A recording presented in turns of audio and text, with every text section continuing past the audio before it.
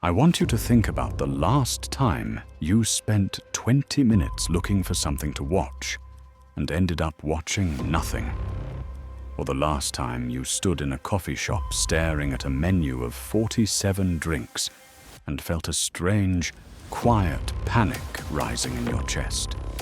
Or the last time you ordered something online, got exactly what you asked for, and still found yourself wondering, within 48 hours, if there was a better version you missed. If any of those hit you, even a little, then what I'm about to tell you isn't just interesting. It's about you.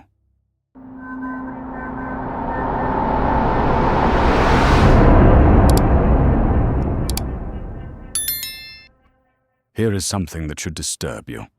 In 1976, the average American supermarket stocked around 9,000 products. Today, that number sits above 40,000.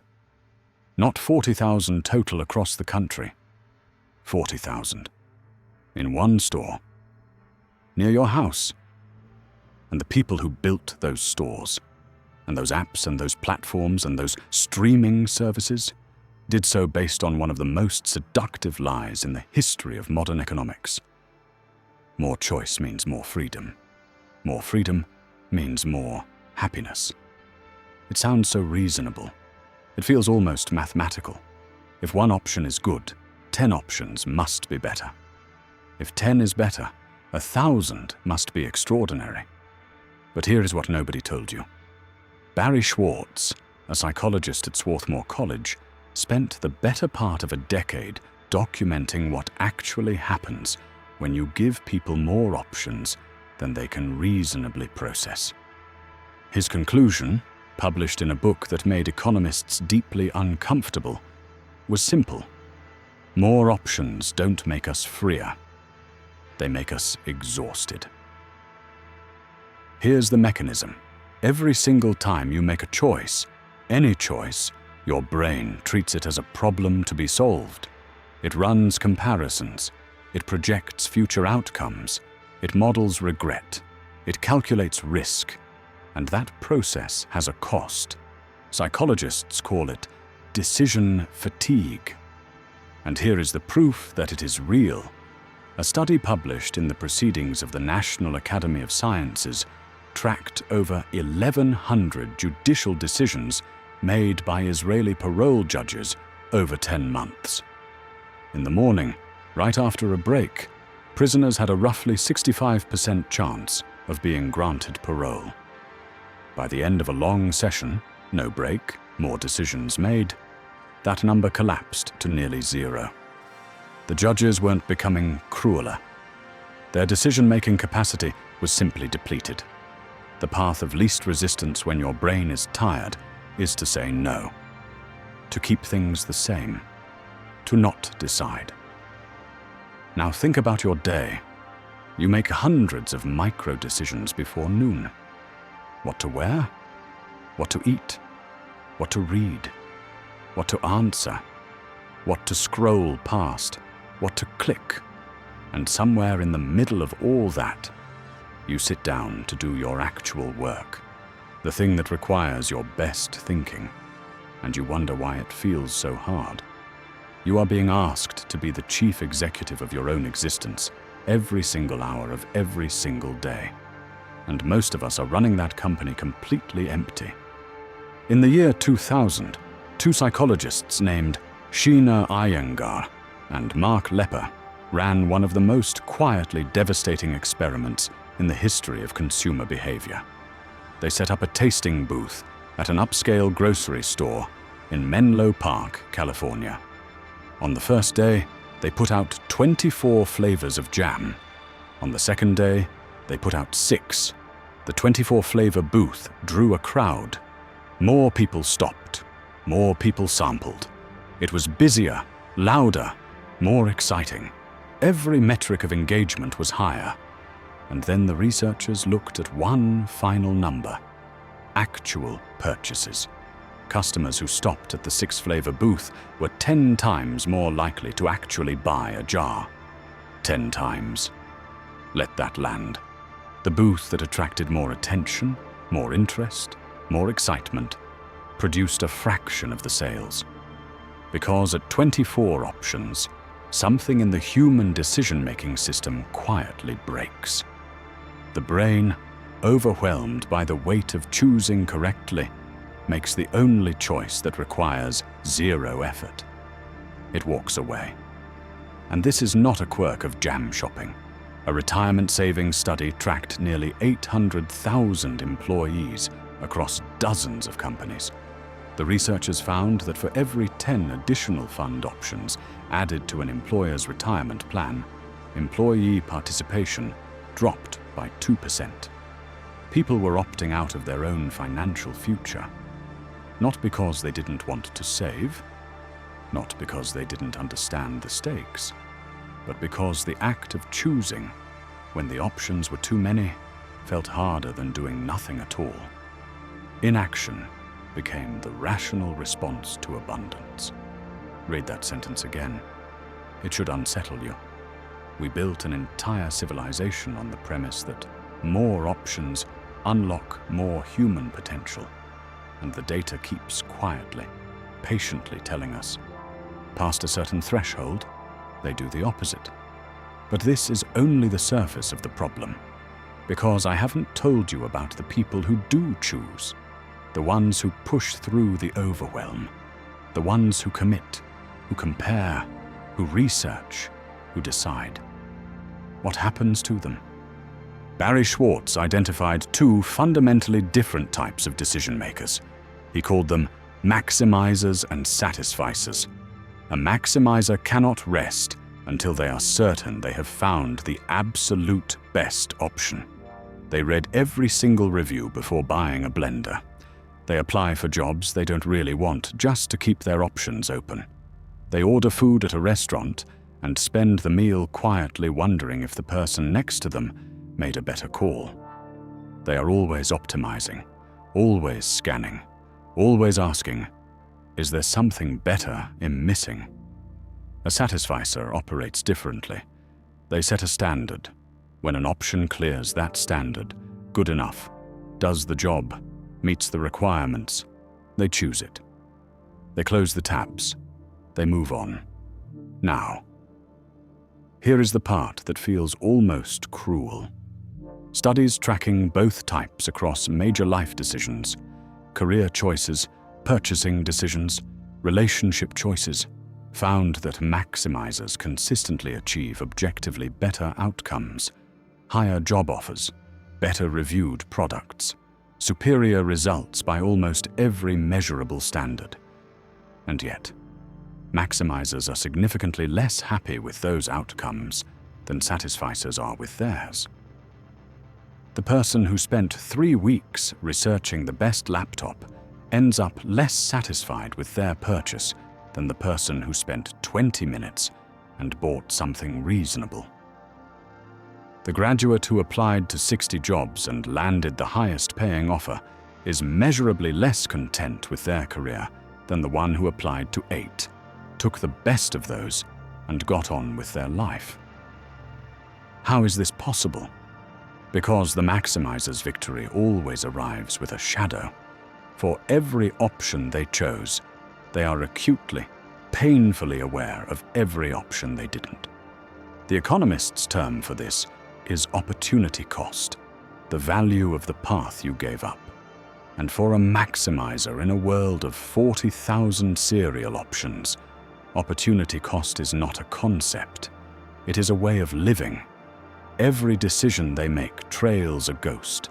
The job they did not take, the product they passed over, the relationship they didn't pursue. And because they know, they surveyed the full landscape before choosing, they can never escape the suspicion that the ghost was better.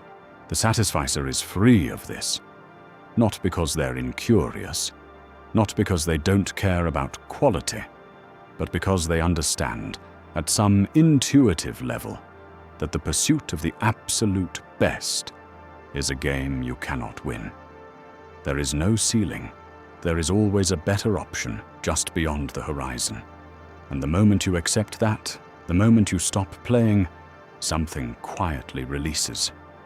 Our culture has pathologized this as laziness, as mediocrity, as a failure of ambition. The data says it is wisdom. Every choice you make activates a cognitive process that psychologists call counterfactual thinking. The human brain, uniquely, almost cruelly, is built to imagine alternatives. The road not taken, the offer you declined, the version of your life that branched off in a different direction 10 years ago. Previous generations had this in limited doses. There were fewer options, fewer roads. The counterfactuals were blurry. We have made them high definition. Social media did not invent the fear of missing out, but it gave it a live feed. Now you don't just imagine the life you didn't choose. You watch it, updated daily, photographed well, performing joy at you through a screen.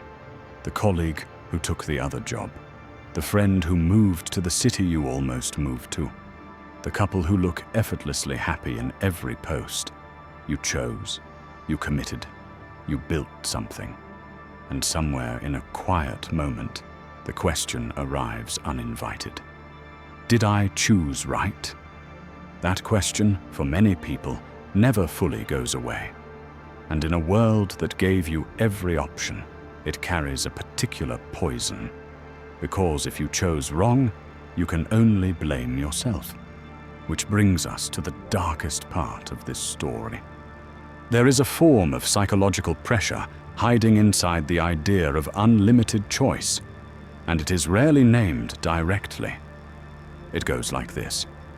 Because you have access to every tool, every resource, every tutorial, every opportunity, because you can learn anything, buy anything, become anyone, you have no excuse. No excuse for a mediocre career. No excuse for a body that underperforms. No excuse for a mind that isn't being maximized. No excuse for a life that doesn't look, at every angle, like the best possible version of itself. The abundance of choice has been quietly converted into a moral verdict. When everything is available and your life still feels ordinary, the system doesn't take responsibility. The system says, the problem is you. This is the hidden weight of the paradox, and it breaks people in ways that are hard to diagnose because the source is invisible. Now consider the opposite extreme. Survival researchers have documented something counterintuitive in life or death field situations. People with fewer tools tend to survive longer than people with more, not because the tools are worse, but because when there is only one option, you use it, you commit, you act immediately. When there are 10 options, you deliberate, you audit, you compare. And in a survival situation, deliberation is not a luxury. It is a cause of death. Researchers call this task fixation failure, the tendency to cycle endlessly through available options instead of committing to one and executing. The principle scales directly into everyday life. The entrepreneur who spends 8 months evaluating every platform before launching anything. The creative who reads every book on craft and never begins the project. The person who researches the optimal morning routine so thoroughly they never actually have one. Analysis. Paralysis isn't just uncomfortable. Across a life, it consumes years you don't get back. The final paradox is the one no one sees coming. You might assume that knowledge solves the problem, that the more you understand about a domain, the easier it becomes to choose wisely. The opposite is often true. Psychologists call it the curse of knowledge, and in the context of choice, it is quietly devastating. The casual wine drinker picks a bottle in 90 seconds. They have 3 data points. The label looks good. The price is reasonable. They like red. Done. The sommelier knows the terroir of the specific vineyard, the weather patterns of the exact harvest year, the philosophy of the winemaker, the reputation of the importer. They can detect 17 subtle flaws in a bottle that the casual drinker would taste as perfectly pleasant. And so, paradoxically, the expert struggles far more to choose. Because expertise doesn't simplify the landscape. It reveals every imperfection hiding inside every option. The novice sees a good choice. The expert sees 100 compromises. The more you know, the harder it is to be satisfied. This is why experienced professionals across medicine, law, finance, and design consistently report higher decision-related anxiety than beginners. Knowledge doesn't resolve the paradox of choice. It makes the paradox heavier. So where does that leave you? There is no clean fix here. No app, no framework, no productivity system that makes infinite choice feel finite. But there are 3 things worth carrying with you. First, become a satisficer in more areas of your life than you currently are. Set a standard. When something clears it, decide. Close the tabs. The alternative is a life spent auditing options you will never actually take. Second, constrain yourself deliberately. The JAM study tells us limitations are not a failure of abundance. They are a feature. The artist who commits to one medium, the founder who locks in on one market. Constraints do not shrink creativity. They are where creativity begins. Third, understand what the pursuit of the absolute best is actually costing you. Not in money, but in the quiet, compounding weight of unresolved decisions, phantom regrets, and a life that never quite feels chosen. The world will keep expanding your options. There is too much money in it to stop. But you can choose, and here the word is deliberate, to want a little less. Not because you are settling, because you finally understand what all this abundance has been costing you.